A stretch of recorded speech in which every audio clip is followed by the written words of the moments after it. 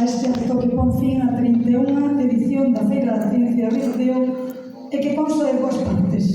A conferencia con Sonia Villapol, a que lle damos a benvida á nosa casa, e a continuación un pequeno acto de clausura para o que contaremos coa axuda das autoridades que nos acompañan.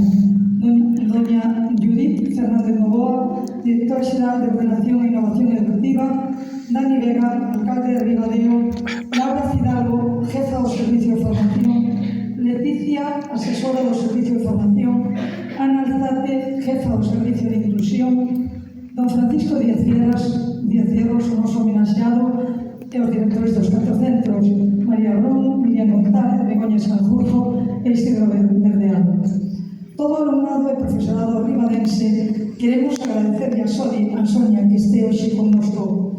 Xa impartira para nós unha conferencia online na 26 Feira da Ciencia, o curso post-pandemia, cando a actividade docente estaba bastante limitada e todos con mascarilla. Pero a visita a Ribadeo estaba pendente. Este curso, para celebrar o Día da Muller e da Nena na Ciencia, o alumnado de segundo SOC, con Iván Varela, profesor de Física e Química, tiveron unha excelente idea que nos van contar e que deu pé a ter a Sonia hoxe en Ribadeo. Por lo tanto, teñen a palabra, pedimos que suban Mateo Villapol, María Menéndez, acompañados por Iván Varela, profesor.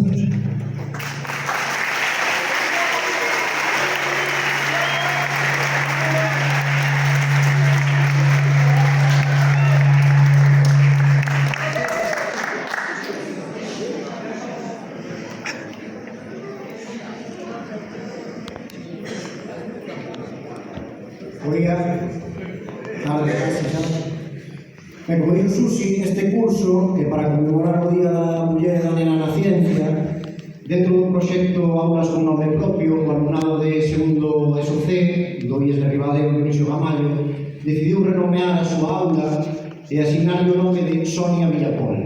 Entón, agora, Mateo e María van nos contar un pouco máis sobre esta actividade e por que decidimos escoller o nome de Sonia Villapol. Vale?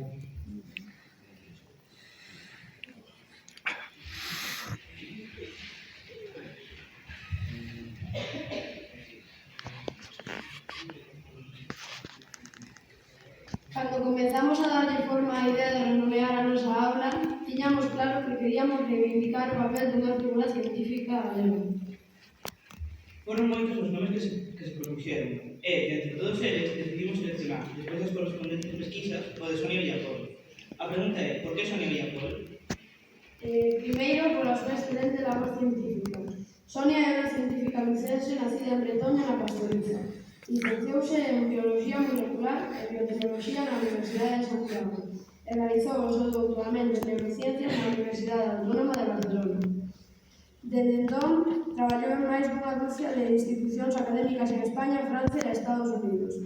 No ano 2018 trasladouse a Houston, onde na actualidade dirixe un grupo de investigación que estuda distintos aspectos relacionados co cerebro como as bases fisiolóxicas do dano cerebral, o proceso de neurodegeneración ou a súa conexión coa microbiota intestinal.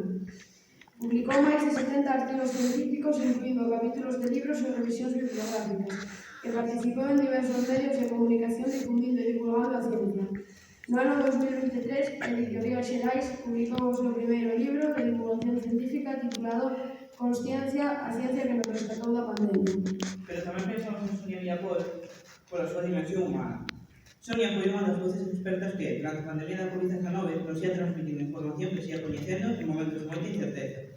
E fixo sempre coa calma e co sosego que requería a situación. Cando lle trasladamos a nosa idea, Sonia agradeceu-nos o ter pensado nela, e mesmo nos enviou un vídeo de agradecemento e sustiusco, amosando interés en visitar a súa aula no noso centro. A vista está que non foi incumplido. Hoxe está aquí, e alegramos moito de ter a oportunidade de escoitala e de aprender dela. Gracias, Sonia, por a tua predisposición e por a cercanía, por darlle valor a nosa idea e por colaborar con nosa feira da ciencia.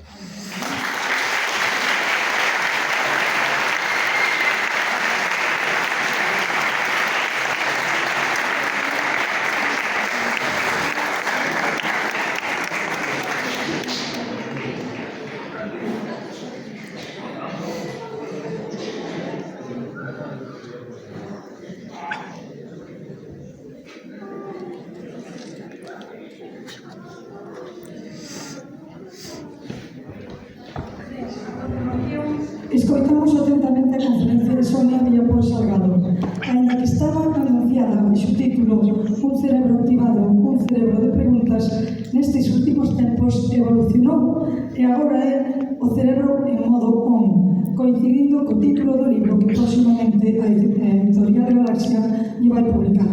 Así que, moitas gracias, Sonia, por deixarnos ter a primicia e escoitamos atentos o cerebro en modo on.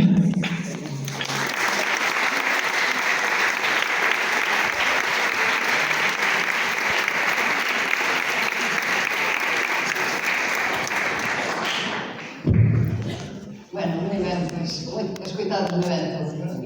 Pois moi ben, moitas gracias a Susi, especialmente a Iván, que foi que me contactou ao principio con esta iniciativa da aula e ben, estou moi agradecida e moi contenta de estar aquí cando Iván me comentou por Instagram que iban a escoller unha aula con meu nome e despois me dei conta do instituto e pensei, non, nese instituto onde me deron tantas palizas cando perdéramos sempre o baloncesto, sempre íamos, cando estaba no instituto, sempre veníamos aquí a xogar a básquet cos de Meira, eu estaba no instituto de Meira e sempre que veníamos aquí dábamos cada palizón, era un pouco traumático que eu non podía xogar, pero bueno, significa que había equipos aquí competentes e para mí sempre era daba moito respeto pero non hoxe, indudablemente non hoxe con todo este cariño que me mosastes. Moitas grazas, Susi, por todo, por organizar este evento e estou moi impresionada de todo da feira que hai, dos anos que leva e dos traballos que expoñestes nivelazo. Eso é moi impresionante por todos os que puiden parar e discutir con vos e falar con vos dos traballos. Noraboa, eso é, se non saen científicos daqui, de ninguna parte do mundo, así que moi ben, creo que é un despertar de vocacións. Noraboa aos profes, ás directoras que coñecín e a todos por organizar esta feira que estou alucinando do ben que está. E ben, eu sei que hai moitas actividades e non temos moito tempo, así que eu vou pasando un pouco as diapositivas para contarvos 4 cousas que vos queria contar hoxe. Moitas, visto o nivel que hai aquí tamén, ao mellor non teño que contar moito porque sabedes moitísimo, pero mellor algo aprendedes do que conto. E que ben, como dicía Susi, pois decidí neste ano escribir un libro sobre o cerebro adolescente, porque me pareceu que nas conferencias que daba facedesme moitas preguntas que sempre moi relacionadas co cerebro, pero non o cerebro xeral, senón o cerebro na vosa etapa, cousas, temas que vos preocupan, como é a saúde mental, como é o uso das pantallas, como son moitas cousas. Entón, vou vos dar unhas cuantas pinceladas sobre isto. E ben, como xa me presentaron moi ben, non fai falta, a ver se me anda, non fai falta dar moita presentación. A ver se me anda agora. Vale. Pois, como sabedes, estudiei en Santiago e a trayectoria científica é así. Ir dun lado ao outro a medida que vades avanzando na vosa carreira. Pois eu fixen a carreira en Santiago, despois fixen o doutoramento en Barcelona e despois decidí facer unha estancia postdoctoral na Universidade de Marie Curie en París. Logo movemos a un hospital, foi a primeira vez que estive traballando nun laboratorio, pero dentro dun hospital, que ben sabedes que é moi importante para avanzar a investigación, pois que a investigación se faga dentro dos hospitais, a investigación clínica. E foi unha experiencia moi boa, aí no Robert Debré, en París, onde naceu Sheila, a miña filla, a miña primeira filla, e fai 17 anos, así que imaginade. E despois decidimos ir a Estados Unidos para avanzar un poquinho máis e aprender novas técnicas. Estive na zona de Washington, Bethesda, nos Institutos Nacionais de Saúde, que é onde se fai a investigación, é como se foran os institutos do goberno de investigación, onde se fai moita investigación aplicada. Estive traballando en todas partes, incluso nunha universidade militar. Estive traballando cos militares que teñen traumatismos craneoencefálicos, que levan golpes nos combates ou etc. Pero tamén se aplica a danos traumáticos. A Uniformes Service University, nesa universidade aí. E despois puxen unha praza de profesora na Universidade de Georgetown, que eso está en Washington DC. Isto é en neurociencias. Ali estive traballando de profesora 4 anos, dando moita clase na Universidade de Medicina. A carga docente era bastante grande, non tiña moito tempo para investigar, e decidimos probar algo máis. Se os que vayáis a Estados Unidos ou teñades pensado, pois vademos dar de conta que ali que ben, non é tan... é moito máis doado cambiar. É dicir, non pasa nada por deixar unha praza. Aquí se deixes unha praza que estarías tolo, pero ali é o máis normal. É dicir, se non estás completamente contento ou satisfeito con os traballos, pois ben, non pasa nada. Perdes unha praza, consigues outra e vas así. Entón, era algo normal, non penseres que me pasou algo por deixar a praza en Georgetown. E despois levamos 8 anos en Houston. Houston é un traballo nun campus médico, que é o máis grande do mundo. É dicir, hai como 20 universidades, hai hospitais, é todo que é unha cidade que non vive naide ali dentro, xusto. É unha cidade onde hai hospitais, investigación, laboratorios, sobre todo do campo, de saúde, de neurociencias, de cirugías, etc. Entón, digamos que Houston é coñecido bastante por ter Texas Medical Center, que é o campus biosanitario de investigación máis grande do mundo. Este edificio que vedes ali, que poño aquí un poquinho máis aumentado, é onde chamase o Houston Methodist Hospital, é o rexei, o instituto de investigación dentro do hospital. Pois é onde traballo eu, e aquí vedes un poquinho máis aumentado. Estamos aí no piso número 11, e teño o laboratorio, e teño grupos de xente, normalmente teño entre 10, 12, 8, entre 8 e 12 persoas traballando a todos os niveis así, dende estudiantes ata persoas máis senior, ata investigadores doutorandos, postdoctorais, e temos varias liñas de investigación. Se vedes aí na primeira fila está a Sheila, que é a miña filla, que xa recrutei para empezar a traballar para min, sobre todo traballo para min gratis, así que ora e vai de vez en cando ao laboratorio, que tamén ten así unha oportunidade, porque lle gusta tamén moita investigación. Tamén temos durante o verán estudiantes de instituto. É algo normal ter estudiantes do instituto que veñen aos laboratorios durante o verán, pasar unhas semanas cando están de vacacións. Iso é sempre bom. Pois ben, que famos no laboratorio? Nos estudiamos o Alzheimer, os danos cerebrais, a información. Entón, temos distintos estudos, tanto en experimentais, en ratos, como tamén temos pacientes. Ahora mesmo estamos empezando un estudo con pacientes de Alzheimer, ao redor de 200 pacientes de Alzheimer, que vamos a intentar buscar novos diagnósticos para detectar a enfermedade antes e buscar tratamentos tamén. Primeiro nos ratos, como ten que ser, e depois aplicamos aos pacientes. E tamén estudiamos danos cerebrais, golpes na cabeza, calquer tipo de dano cerebral que cause inflamación. É unha das liñas de investigación que levamos nos últimos anos. Tanto pode ser deportes, sei que xente nova gustou moito o deporte, pois ben, poden causar contusións. E como vedes, todos os experimentos para que cheguen á clínica, para que se poden administrar a xente, pois temos que practicarlos e probarlos antes en animais de experimentación, que o rato con casco, por se caso, e pois temos outros ratos que xa teñen placas de Alzheimer. Entón, sento moito máis fácil investigar medicamentos nestes ratos.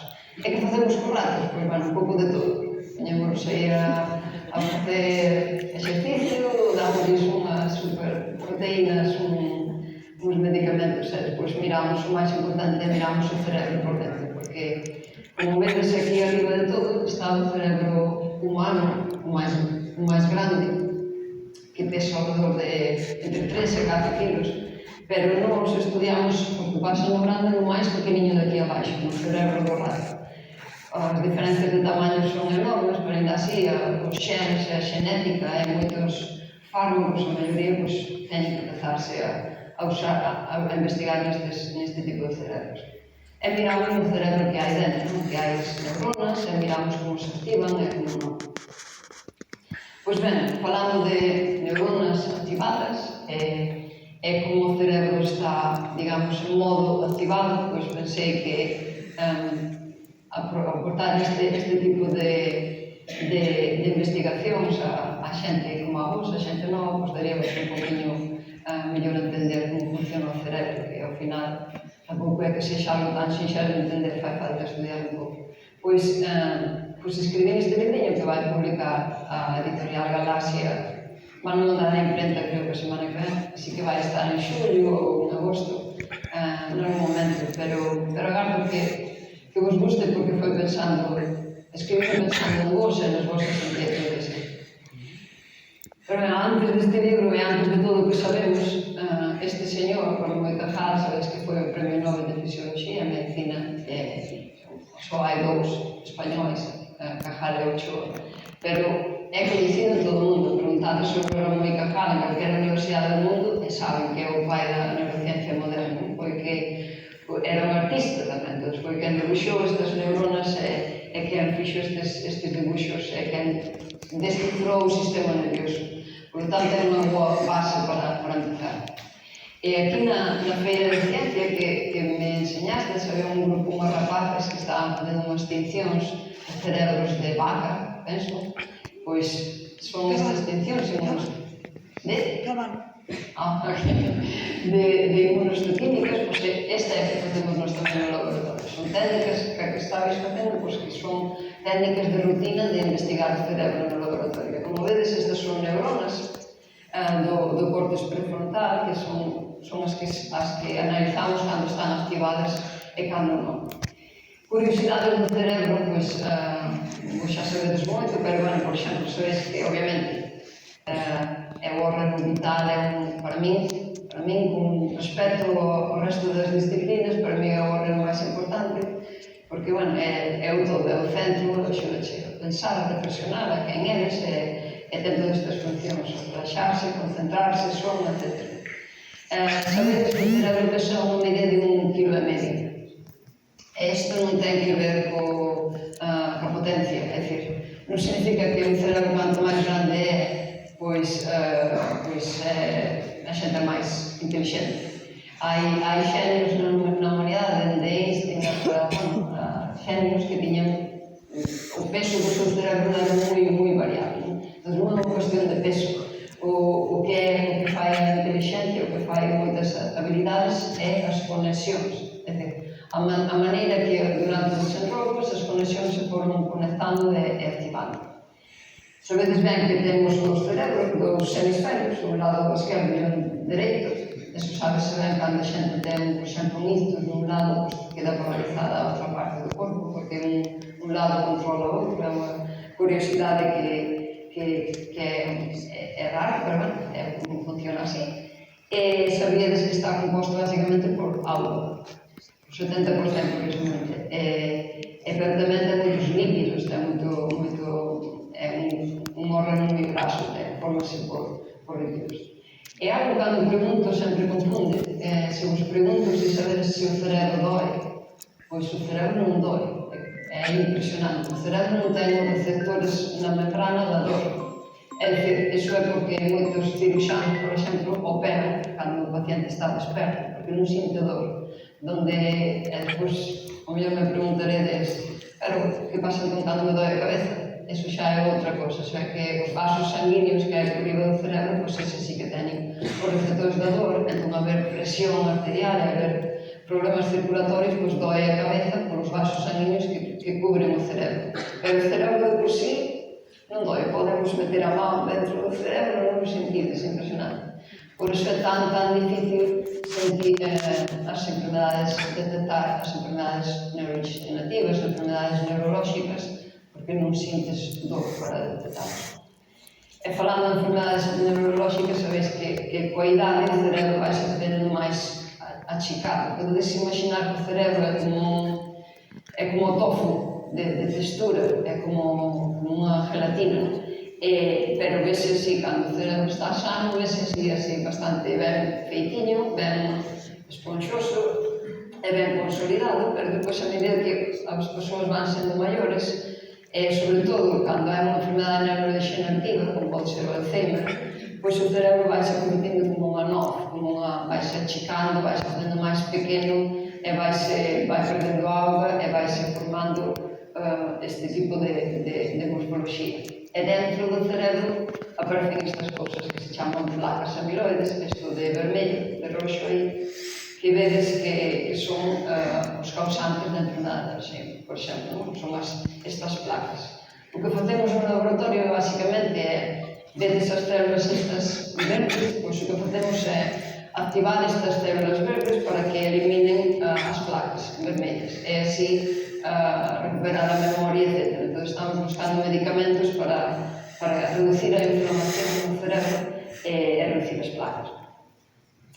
Pero, ben, o cerebro en funcións todas as que sabeis, e máis funcións cerebrais, dependendo das zoas do cerebro, pois teñen unhas e outras, a anatomía é moi complexa, ten moitas partes, e tamén o que forman esas partes son as células. Este é un dibuixo que aparece no libro que eu usei para esta presentación. Esta é a primicia, a primeira vez que falo do libriño e falo aquí, non falei antes dele, pero é un exemplo para mostraros que tipo de células temos no cerebro, non máis só neuronas. Antes pensábase que había neuronas e células de soporte. As células de soporte, pois, son as células gliais, se chaman, pero teñen funcións moi importantes. E incluso os astrocitos dan soporte, nutren as neuronas, pero tamén axudan a formar memorias e recordos. É dicir, é unha complexidade enorme, e non só hai un tipo de células, non só as neuronas, temos astrocitos, microglía, oligodendrocitos. No noso laboratorio, as células favoritas son a microglía, que son as que causan a inflamación, e son as que intentamos controlar nas enfermedades. As neuronas, ben sabedes, poden ter o corpo da neurona, o que é a base no cerebro, e ter as sons, as ramificacións que chegan, que esténdose por todo o corpo. E teñen un montón de funcións, e establecen un montón de conexións. As partes do cerebro é importante coñecelas porque para entender que fai cada unha, obviamente, pero para entender tamén, por exemplo, se andando no cerebro, que funcións vamos ter afectadas. Temos os lóbulos, estes no lóbulo frontal, que é o que rixe un poquinho as funcións executivas, o que nos fai pensar, o lobo parietal, aquí arriba, que é o dos sentidos, aquí atrás é o occipital, que é o da visión. Cando se perde a visión, pois os ollos poden estar perfectos, pero é porque levaxe un golpe aquí detrás, cerca da nuca. O cerebro, o tronco encefálico está aquí abaixo, é o que controla o equilibrio, é o que nos vai andar sin ter que pensar. É todo iso. Depois temos un daqui dos lados das orellas, que é onde se aloxa a memoria e tamén a parte auditiva. E ben, como contei antes, dependendo se hai fallo en estas partes, pois temos problemas de distintos tipos, non? Dende problemas de escoitar, de cheirar, de coordinación, da visión, problemas visuais, e sobre todo aquí diante, por iso é tan importante que falarei despois non dar golpes na cabeza co balón, por exemplo, aquí na frente, porque é onde se xenera, onde se regula o proceso de pensamento, basicamente, da lógica ou do matemático, etc. Unha parte moi importante. E agora estaredes pensando se nacedes co cerebro xa con todas esas funcións ou como funciona isto. Pois non, esa é unha das curiosidades do cerebro adolescente. Vedes aquí unhas fotos, esta é dun traballo que se publicou, pero vedes as dúas que son verdes, é o cerebro que se está desarrollando. Non están as neuronas ainda conectadas completamente. Hai poucas, non hai sinapsis, non está en modo on, digamos. E iso é a partir dos 12 anos, as súas azuis xa está máis formada, non? Entón, vedes que a parte de razonar, os 12 anos ata os 16 non funciona moi ben, está bastante ben, non pensamos moi ben as cousas, é máis impulsivo e a amígdala, as emocións move máis, non? E vedes incluso tamén pola parte da memoria, non están ben formadas as memorias, o lóbulo temporal, aquí polos lados está moi vermello, incluso verde e vermello aos 12 anos. Pero xa vedes que aos 16 vai madurando, vai se poñendo máis azul, e aos 20 xa está prácticamente todo azul. Isto é así, non? Desde este punto de vista empeza a formarse por arriba e o último que se desenrola é a zona do pensamento, de razonar, digamos, non? É a que tarda máis en desenrolarse. Ata os 20 anos, moita xente, ata os 25, os 30, moita xente, iso depende, pero normalmente vai entre os 12 e os 22. Planificar, prioridade, tomar boas decisións. Iso é tan importante, pois eso. Cuidar do cerebro sempre é importante, pero sobre todo nesta etapa de plasticidade, calquer dano a esta etapa é irreversible, é dicir, afecta-vos para o resto da vosa vida adulta.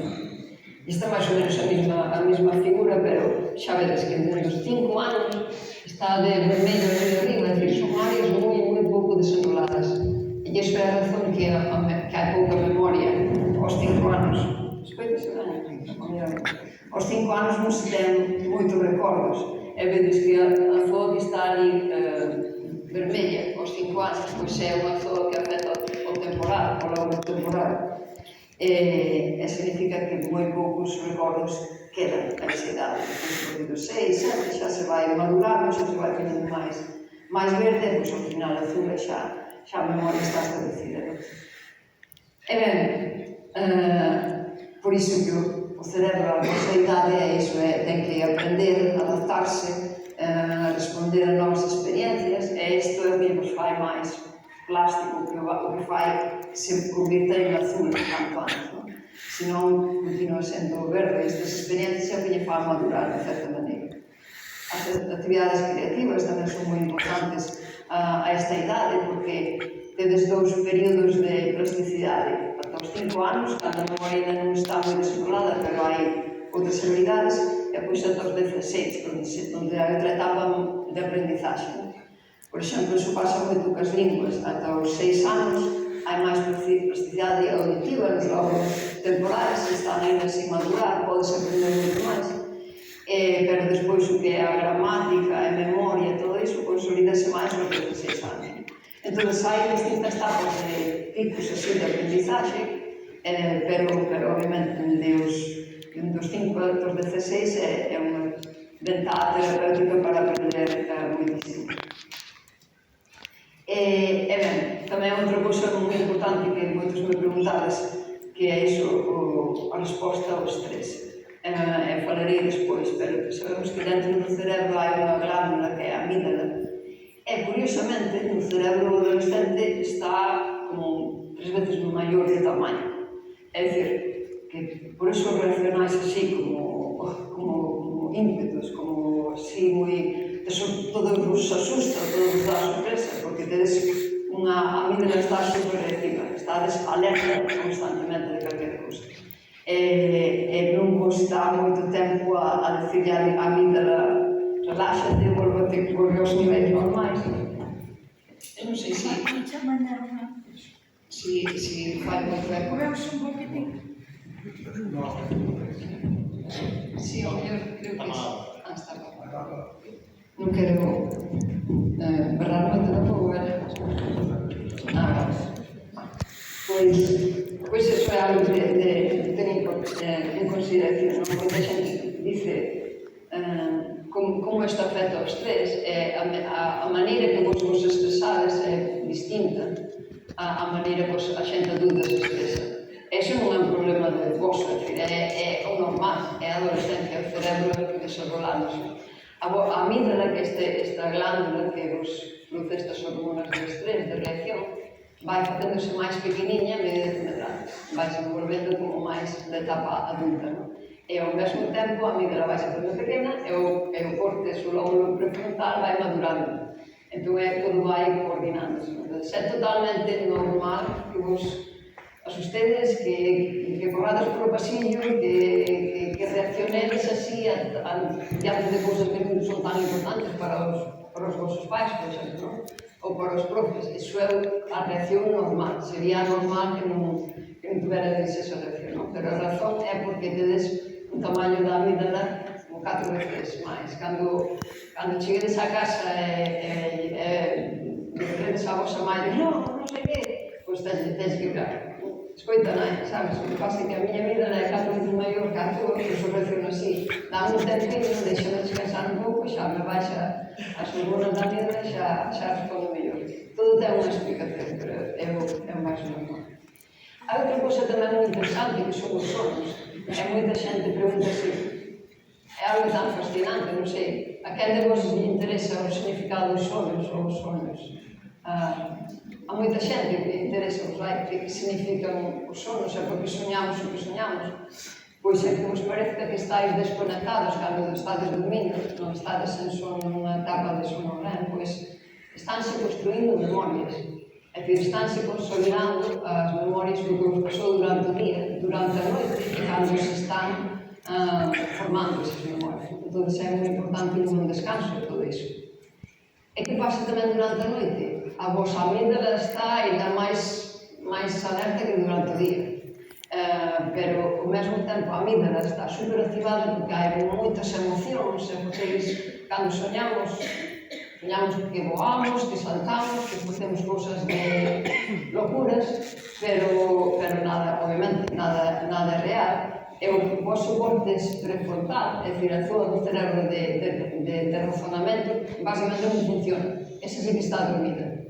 E tamén fai que o cerebro fai que os vosos músculos non funcionen.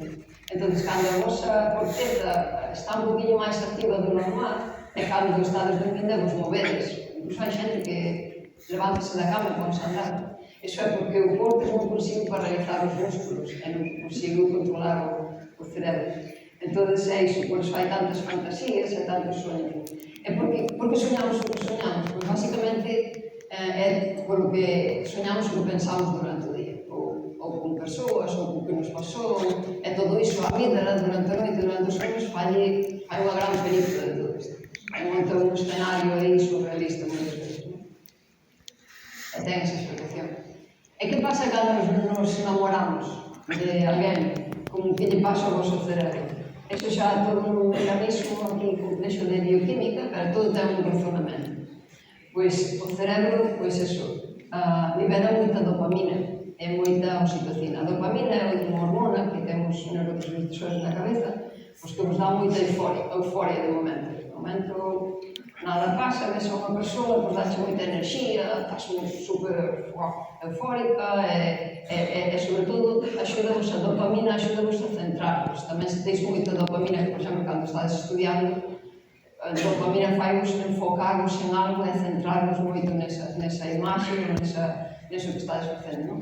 Entón, imaginadvos, o cerebro enamorado funciona así, a dopamina está moi alta, hai moita euforia. A oxitocina, que é a hormona da confianza, do vínculo, que eres do cariño, que é máis amable, queres máis apego con esa persoa da que estás interesada. Pois esas duas hormonas están nos niveis máximos. E despois hai outra hormona, que é a serotonina, que é do equilibrio emocional. Esta é a hormona que aparece xa cando o namoramento xa pasou e xa como que xa tes ese mozo ou esa moza e todo vai ben. Pois se dache moito equilibrio emocional, non? Pero durante o namoramento non funciona, non hai control de nada. E a vasopresina é outra hormona tamén moi importante, que é a do compromiso e do cuidado. Empeza a subir un pouquinho ao final do namoramento. Durante o namoramento non importa. É dicir, basicamente, somos, é como decía Severo Ochoa, somos física e química, somos bioquímica e moléculas, comportámonos e reaccionamos dependendo dos niveis de hormonas que está producindo o vosso cerebro. Pois durante o namoramento funciona isto, así. Que pasa cando estamos creativos ou cando escribimos unha canción ou cando estades debuxando e facéis un debuxo, pois tamén o cerebro funciona en este modo motivación e modo creatividade. E hai varias redes no cerebro, distintas partes do cerebro, pois ten varias redes. A rede por defecto, que é a rede que activa a imaginación, pois é o que vedes, chamase, está aquí no lóbulo temporal, chamase o hipocampo, que é a parte que controla a memoria, pois está funcionando moito. É dicir, para seres creativos, para a creatividade, tens que ter memoria. Tens que acordar do que vistes, do que interpretar, da árbore que vistes aí fora, de entender como funcionan as cousas. E así sai, é como nace a creatividade, ese é o primeiro. Despois pasa o control executivo, que é a súa do corte prefrontal, e enseñamos a entender para que esa cousa creativa pode ter utilidade. E despois, ao final, é a rede de saliencia, que é outra súa, que se chama iso, é un símbolo, que é o que detecta os estímulos, que cambia os modelos de traballo, é dicir, é o que vos fai executar a obra, en certa medida. Que todo ten, como vedes, todo ten unha explicación. Creo que a Esteu, que foi dibuixando o ilustrador deste libro, esta figura gustoulle moito, porque claro, estaba pensando como o seu cerebro funcionaba cando facía ilustracións. E depois tamén hai o cerebro de rapaces e rapazas. Moita xente pensa que son iguais, pero non son iguais. É que somos rapaces, ou somos distintos, pero o cerebro funciona. Hai moitos estudos que tamén dependen dos hormonas, na medida que estes hormonas que vos dixen, pois hai zoas nas rapazas que maduran antes, normalmente, e rexións no cerebro dos rapazas que maduran despois, e todo é como un conxunto, non hai nin bons, nin peores, hai como distintas etapas e distintas fases, non? Unhas que son máis predominantes nas rapazas e outras nos rapazas. Entón, hai que entender un pouco un conxunto todo iso, non? Sabeis que o sexo e o xénero é distinto, o xénero é a nivel social, o sexo é o cerebro de homens e de rapazes e rapazas. O tamaño non importa, obviamente, as rapazas, por peso corporal, normalmente teñen unha media de tamaño do cerebro máis pequeno, os rapazes máis grandes, pero iso é, obviamente, como expliquei antes, son as conexións que se forman no cerebro que realmente é relevante. A saúde mental, hai moitas estadísticas que din que a partir dos 16 anos afectan máis a rapazas, sobre todo agora tamén coas redes sociais, e compararse, todo iso. E hai o máis importante que tedes que saber é que hai unha duración do cerebro a distintos tempos, nos rapazas e nos rapazes. Pero ao final, chegar aos 20 anos con algo igual, pero nesa etapa hai distintas fases. E iso está máis que estudado, son diferentes que hai que considerar, non, de maduración.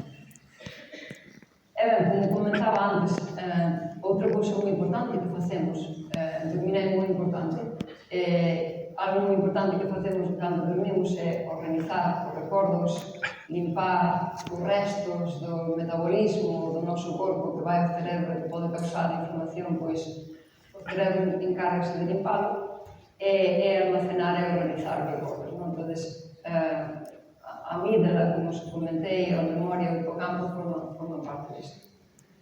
Pero outra curiosidade moi importante que teño tanto, 5 minutos, outra curiosidade moi importante que tedes, outra cousa que lle podedes contar a vosos pais é que no voso cerebro, sobre todo no adolescente, hai unha hormona que se libera, que é que nos axuda a dormir, que se chama melatonina. Cando se libera a melatonina, temos sono. Pero que pasa no cerebro adolescente? Que está totalmente descontrolada, non é vosa culpa. É dicir, na xente, nos adultos, esta hormona empeza a aparecer aí ás 10 da noite, ou mellor antes, dependendo do ritmo que haxa, non?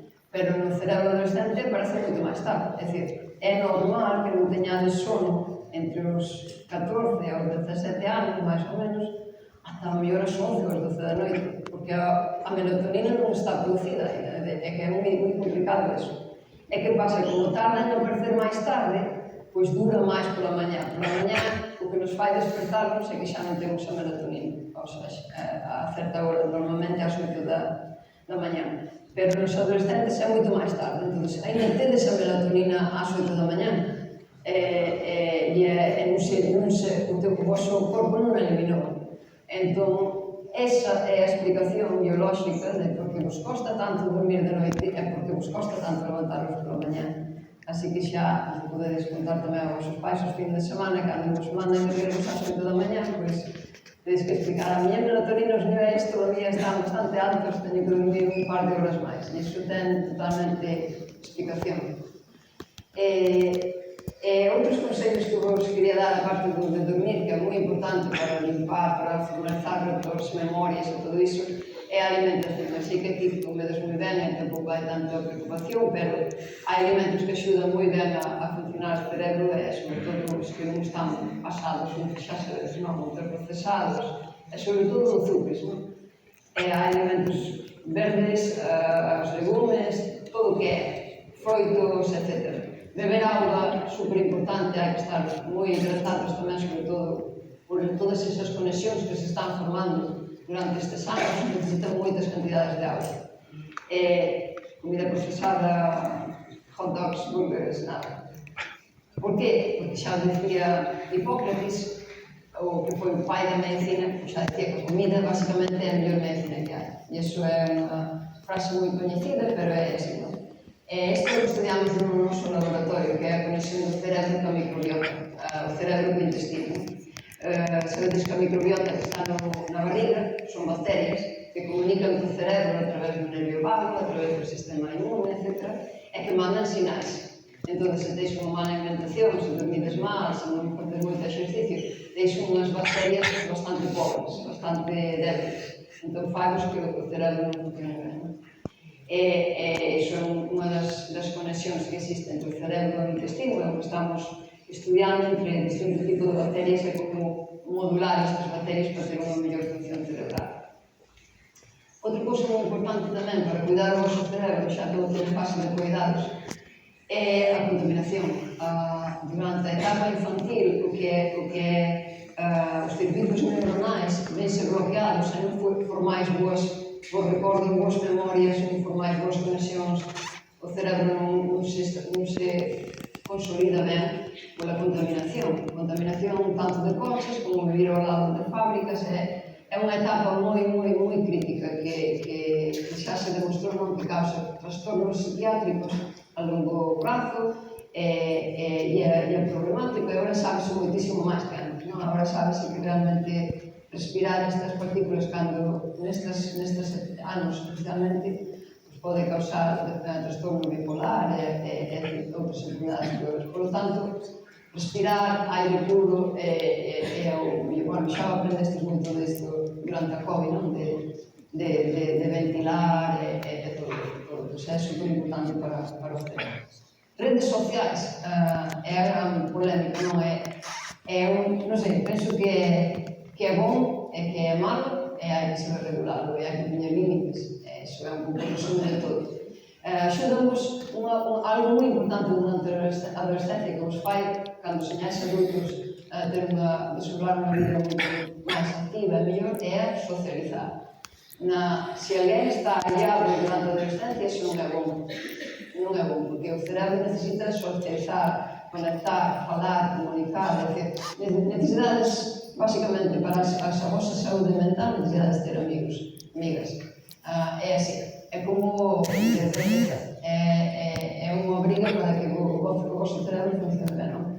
E é por iso que durante a adolescencia hai tantas emocións, amígdalas, recordados que está tan alta, que esas raíces, esas conexións, esas amistades que formades durante a adolescencia son moi intensas e normalmente duran para toda a vida. Teis amigas durante estes anos que será para o vosso resto da vida, moitas veces, non?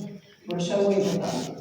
As redes sociais axudan tamén a conectar de unha maneira isto, pero ten o aspecto negativo, que é a comparativa, vai a foto do puxo, é perfecta, non sei que, todo isto crea un poquinho de complexos que hai que controlar e pensar que non lle dar a relevancia que ten. Pero claro, despois pensáis, claro, é que a miña amígdala está botando señais de alerta cando vexo unha foto que non quero ver, pero o meu corte prefrontal me dice, para, non é importante, sigue adiante. É como que tedes que lidiar, sabedes que como o vosso cerebro funciona, pois todo se fai lle dades moito énfasis. Así que é importante as redes sociais, pero hai que poñer límites, hai que decir hasta aquí, 2 horas ao día, máis non, etc. E poden afectar a saúde mental, hai moitos aspectos disso. Unha das últimas que quería poñer que é algo que tamén é unha medicina para o cerebro. Unha medicina para o cerebro fala moitas linguas. E non só español, e non só galego, e non só inglés, e canto máis mellor. O multilingüismo, falar dúas linguas, pois fai que o cerebro se poña en modo on e en off. Este dibuixo explica moi ben, cando, por exemplo, ahora mesmo estou falando galego, pois teño o meu galego en modo on e baixo o modo, poño o inglés a modo off. Se fa o cambio outra vez, hasta que speak English, and then I don't know what I say, and then o vosso cerebro está facendo un entrenamento, estades entrenando o cerebro, estades facendo máis conexións, cando estades cambiando unha lingua para outra, entón, iso é moi beneficioso. É dicir, o galego nunca resta, é dicir, podes entender todo, é moito mellor entender un concepto da vosa lingua nai, eso, se vos falan na casa así, é moito máis fácil para vos entender materias no colexo, dá igual do que sexa, de biología, de matemáticas, do que sexa, na lingua que vos falan na casa, é máis fácil. Pero é moi ben, moi beneficioso para, incluso para as matemáticas, teñen máis habilidades matemáticas ou outros tipos de cousas, falando outras linguas, eso xa é obvio, non?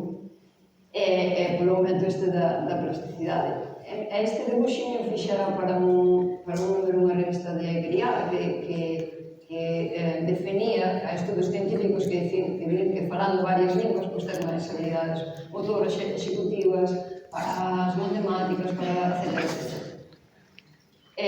Para rematar, dicir iso que os golpes na cabeza que tedes que ter cuidado, solamente dicir iso, porque xa comentamos, non? Sabedes que en Inglaterra e en Escocia os cativos nos colexios ata os 17 anos non lle deixan dar cabezazos co balón de fútbol. Iso é porque neurocientíficos, colegas do campo de neurotrauma, pois aconsellaron ás comunidades educativas que se prohibira iso aos cativos. Por lo tanto, baloncesto é ideal e se xogades ao fútbol nada de cabezazos. Ben, o tema este xa non vou entrar en demasiado tema. Basicamente, iso, é moi importante que calquera cousa que vos pase, pois que teñades a quen contar, non? Teñades con quen comunicar. É sempre importante non que os pais ou os mestres vos xulguen, porque o vosso cerebro está pasando por un montón de hormonas, etapas e fases, por lo tanto non hai que facer prejuicios, non hai que xulgar nada, facedes o que facedes porque é a vosa biología, pero é importante xestionar esa resilencia que tedes, porque podeis aguantar de todo, incluso charlas como esta. E nada máis, sei que me fixestes un cuestionario, non sei se temos 2 minutos,